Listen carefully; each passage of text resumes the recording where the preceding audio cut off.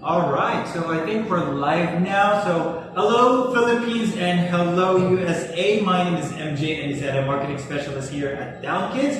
And welcome to another episode of interview with our kind care nurses. And we're going to talk about zero experience and also their support system with Towne Kids. So we have invited a lot of nurses today. Hello guys. Can you introduce yourself? Let's start with you, sir. Sure.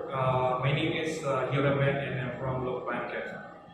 All right, yes, sir. I am Mila Abubo. Mila Abubo, Towne Kids nurse from Tarlac. And I'm Franz Beltran from Cavite. All right. I'm Apple Luntao from Cavite as well. Maria Justine Feliciano from Cavite. Wow, puro taga Cavite. Say ba ito, Ms. Drix? And sir? Darren Christian Madrid Reyes from Angeles City. Wow, Kapampangan. Kabalen. Kabalen. Ayan. So, before finding out Towne Kids, what were you doing? Were you guys working in a different profession? What are your stories? Sir? Before Town, I'm working as a utilization review nurse in one of the BPO company here in Manila. Okay, and how about you, ma'am? I am a full-time mom of 3 kids, sir. Wow, yabang naman ni ma'am, may anak. And sir? Before like 2007, I worked as a nurse, but it was only 6 months. And then I became a respiratory therapist. I already said goodbye to being a nurse. Then I didn't think I would go back to being a nurse. So let me welcome you back to the nursing world again, no, sir. So that's considered as, I can consider that a zero experience again because it's been way back then, no, sir. But welcome to the nursing world again. So, ma'am, how about you? What were you doing before? Yeah, when I graduated in 2011, I started working in the BPO industry because of the salary discrepancies here in for nurses. So for 9 years, I've been in the BPO, and then I worked as a nurse, ER nurse in 2020, and I became one of the first frontliners for COVID. Then. Oh, wow. Yeah, thank you so much for your service, no, ma'am. Ayan, thank you. And ma'am, I believe you're one of the nurses that totally has no experience. Yes. What's your name, ma'am? Yes, I'm Jazz, and after graduating college, I don't want to say the year, I worked in a BPO company, and then with my current company, I'm still actually employed, and I've been with them for 13 years. Wow, Yes. very talagang nag-i-stay talaga sa company, loyal. Yes, but because I'm also using my nursing license because I was a utilization review nurse before of course I grew up. But yeah, zero experience and I'm happy I found Town. Oh, wow. Thank you for that. Happiness, no? So, I'm happy too na happy ka na nakita mo, sir. Ma'am, sorry. Ano ba nangyari? sorry. So, Sir Darrell? Yeah, before the pandemic, I was working for the advertising industry for 8 years. But before that, I was a nurse for 4 years. For 4 years? In a hospital? In a hospital, yes. That was way back Way what back, year? that was, I think, more than 10 years ago from now. More than 10 years. So, you cannot use that experience Yes, anymore. yes. Kasi, So, it's like a zero. Yeah, it's like you're zero too. I guess. Kasi agencies nowadays, kailangan current experience. 2 years, at least 2 years, no gap. So, ganun. So, I can consider some of you as no experience talaga. That's why I'm thankful with Town because they accepted me even if I have like zero experience. Again. Yes. Were you guys skeptical when you see zero experience? Very. Of course, di ba? Yes. Kasi kahit ako nung nag-apply ako, I was originally applying for a recruiter. Pero, syempre, dala ko. Sabi mag-marketing daw ako at mag-interview ng mga nurses, ng mga events. So, nung nakita ko yung process, sabi ko, parang ang bilis magpaalis dito. Parang, is it really true or baka scam or whatever? Pero as I go along the way with my work here at Towne Kids, nakita ko, that's why kaya pala mabilis. there's our reason. So if you want to know the reason, please join our orientation, just like they did. Marketing. Ayan. So, having said, with the experiences naman with the Towne Kids, can you tell us a story when you realize that Towne Kids support system is different from the rest? Is there anyone from you have tried other agency?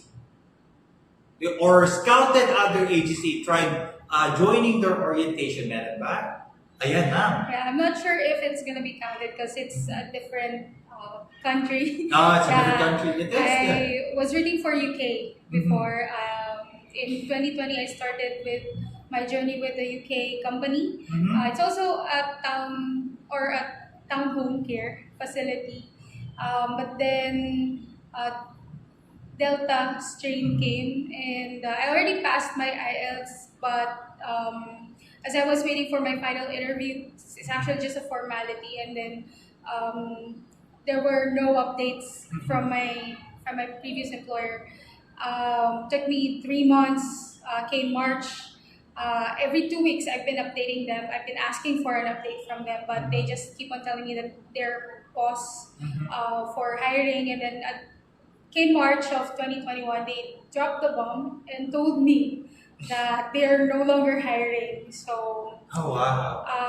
I was really brokenhearted at that time. But when I was browsing FB, I found Towne.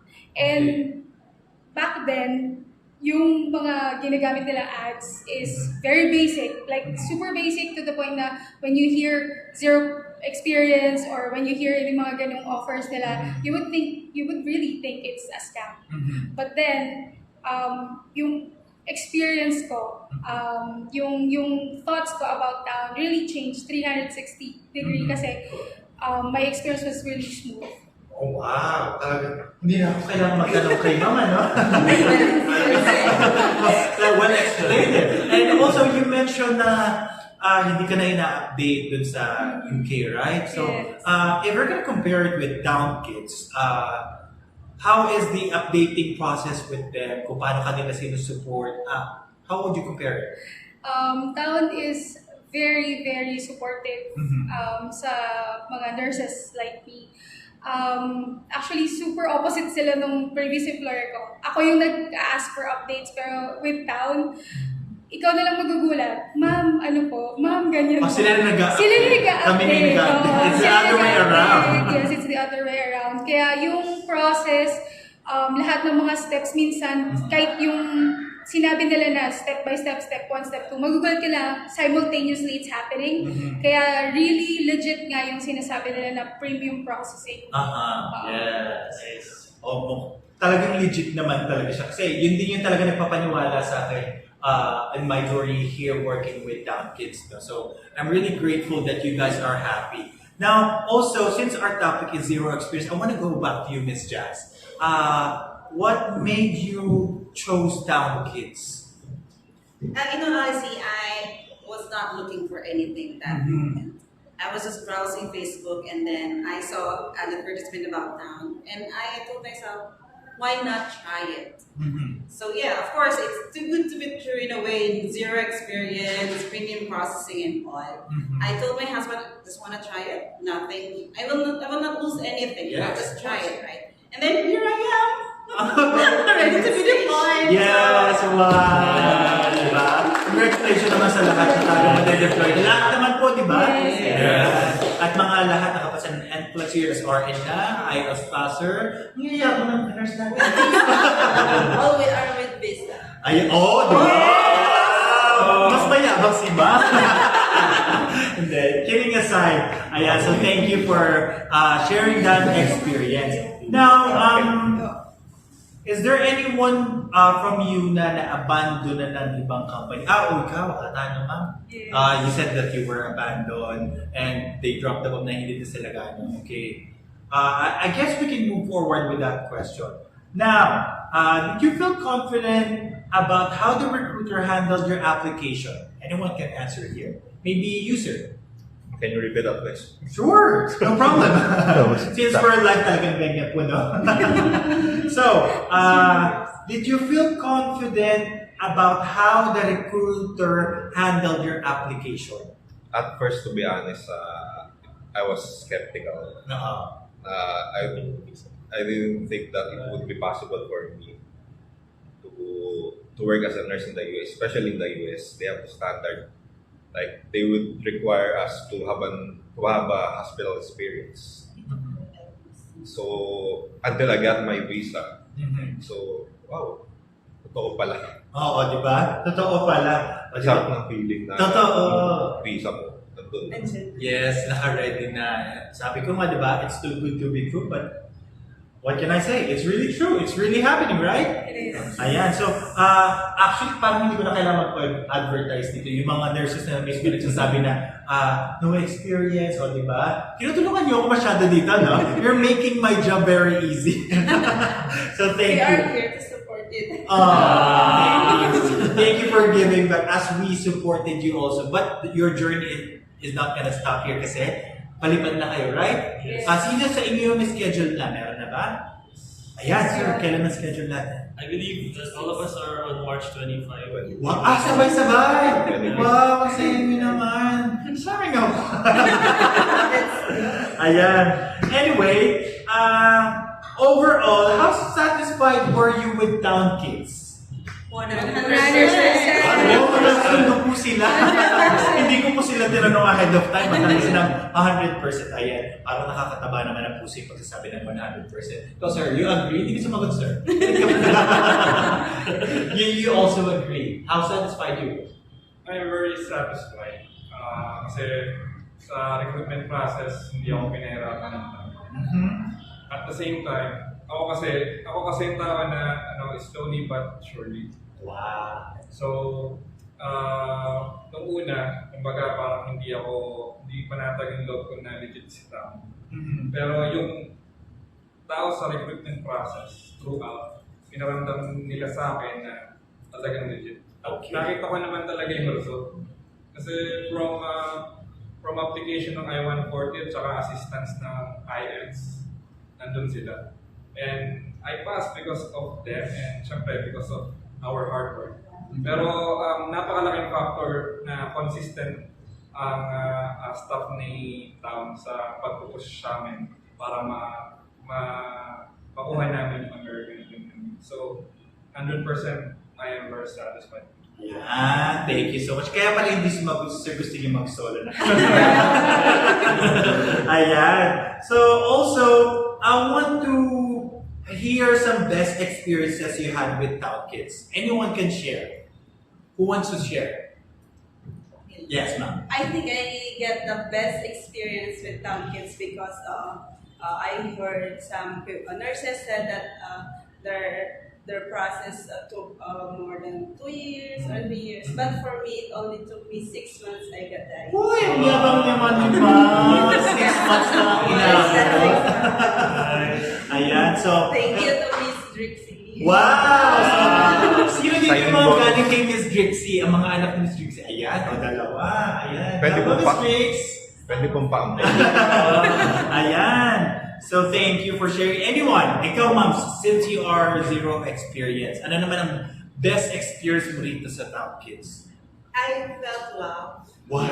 From the very beginning, although I know zero experience, I'm also actually asking myself if I can do this.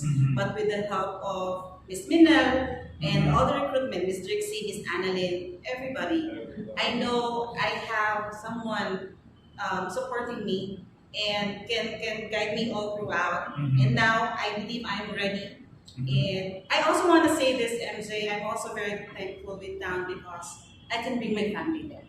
Wow! I have 4 dependents, I have 3 kids, I have my husband with me. And it's with that reason, I cannot really explain how happy I am and grateful with Towne. So, hindi ka na makapumsi. Yes. Yes. And that is, of course, with the help of the EB3 visa na yung offer namin. Gusto niyo pang malaman yung more information, go na our orientation, di ba? Yes. Ayan. So also, thank you, Ms. Jazz. Eto, I want to bigyang focus dito sa question na to. I want to hear your messages from the management team. from the start of the process, from the recruiter, deployment, to everyone, from the training. Anyone could share. Sige, ma'am.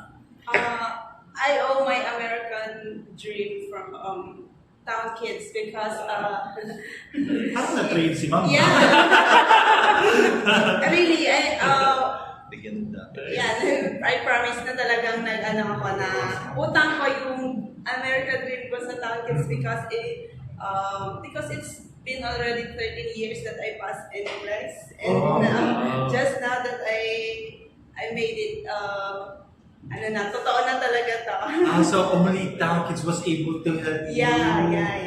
Wow. So thank you so much, Towne Kids, to all the staff and support, and for the support that you gave me. Thanks. Ayan, thank you for sharing that. Now, anyone else? So, palakpakan natin si 13 years and only Towne Kids was able to help ma'am here. Ayan. And anyone else want to share their messages to the management team? Ma'am, sige, go. Yeah, ako very thankful din po with the management, with the staff, from the recruitment team up until the deployment team. Talagang all hands in talaga sila sa amin sa pagtulong. So, sobrang thank you po. Salamat, and I pray for more blessings po sa company and para mas marami pang matulungang nurses like me. Kasi just like ma'am, parang it took me how many years na bago mag-decide to really pursue the American dream. I was really hesitant na before. Talagang ayoko na mag-nurse kasi nagpatato pa ako, di ba? So parang feeling ko, wala na ako doon. Hindi na ako doon sa path na yun. Pero na-rekindle ni Towne, especially coming from a heartbroken situation, di ba? Naiwan ako ng agency for UK, di ba? UK Dream burst into bubbles. Pero Towne rekindled yung pangarap ko before. Nung nursing student pa lang ako, nasabi ko, I will nurse the world. Sabi ko. Wow! And yeah, mag-start yan sa US.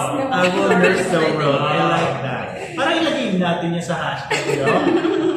Ayan. So thank you. Thank you for your experience naman. No? So, even though nabigyan ka ng heartbroken ng previous employer mo, here we are. Yeah. We're giving you fixing a broken heart. Ayan. So, eto, what is naman your message to the aspiring nurses na katulad nyo na bago makita ang Towne Kids? For, especially sa mga nanonood ngayon. Yes, sir. Mukhang naka-ready na. Like I mentioned before, I know you guys don't have any idea yet what Towne is all about or what Towne has to offer. And they have all these messages, signing bonus, direct hiring, being a pediatric nurse.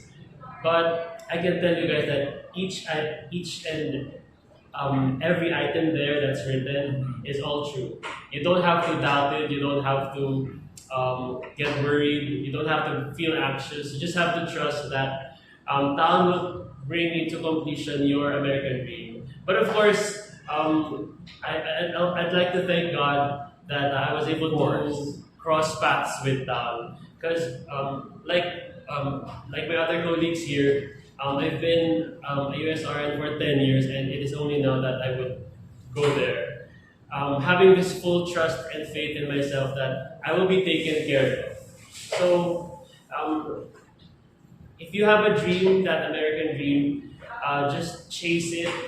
Come here with Towne and fulfill your American dream as well. Ayan, thank you so much.